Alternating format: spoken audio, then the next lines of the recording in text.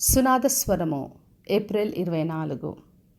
అయితే నా విమోచకుడు సజీవుడనియు తర్వాత ఆయన భూమి మీద నిలిచిననియు నేనెరుగుదును.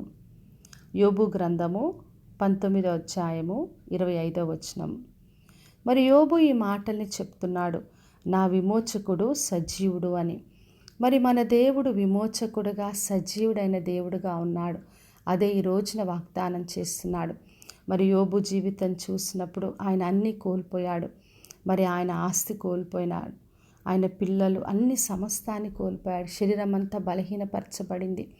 అయినా కూడా ఆయన ఈ మాటలు చెప్తున్నాడు, నా విమోచకుడు సజీవుడు, నా చర్మము చీకిపోయినను మరి నా శరీరంతో నేను దేవుని చూచెదను, నా మట్టుకు నేనే కన్లారా ఆయనను చూచెదనని చెప్పి బయలుపరిచాడు.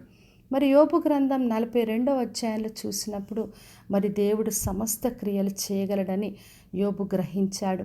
మరి ఏదైతే ఆయన పోగొట్టుకున్నాడో దేవుడు మరలా ఆయనను దర్శించి రెండంతలుగా దీవించి ఆశీర్వదించాడు. మరి మన దేవుడు విమోచకుడుగా ఉన్నాడు, సజీవుడైన దేవుడు. మనం ఆయనను ఆశ్రయించినప్పుడు ఏదైతే కోల్పోతామో పోగొట్టుకునే మరలా అనుగ్రహించి రెండంతలుగా దీవించే దేవుడై ఉన్నాడు. మరి యేసుక్రీస్తును మనం చూసినప్పుడు ఆయన శ్రమపరచబడ్డాడు. మరి సిలువలో ఆయన సమస్తాన్ని తండ్రికి అప్పగించుకున్నాడు. మరి ఆయన చనిపోయి తిరిగి లేచి జయోత్సాహంతో తండ్రి దగ్గరికి చేరాడు.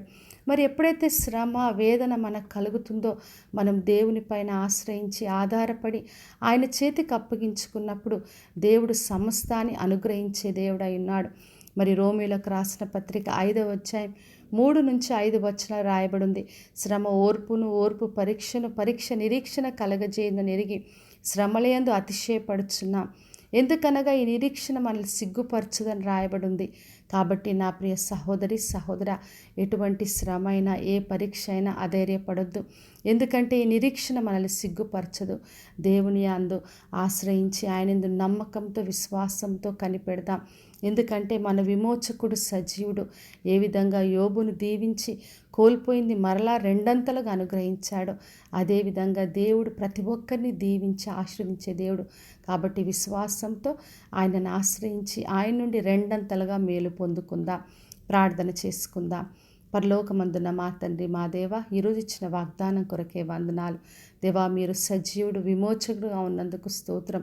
యోబుని ఏ విధంగా రెండంతలుగా దీవించారో దేవా, అదేవిధంగా ప్రతి ఒక్కరిని దీవించి ఆశీర్వదించి వారి పోగొట్టుకున్న దానికి రెండంతలుగా అనుగ్రహించమని యేసు నామములో అడిగి వేడుకొంచున్నాను తండ్రి, ఆమెన్. ఈ శుభవచనము వినుచున్న ప్రతి ఒక్కరి జీవితంలో నెరవేర్చబడునుగాక. నేను మీ ప్రియ సహోదరి మంజులా చరణ్.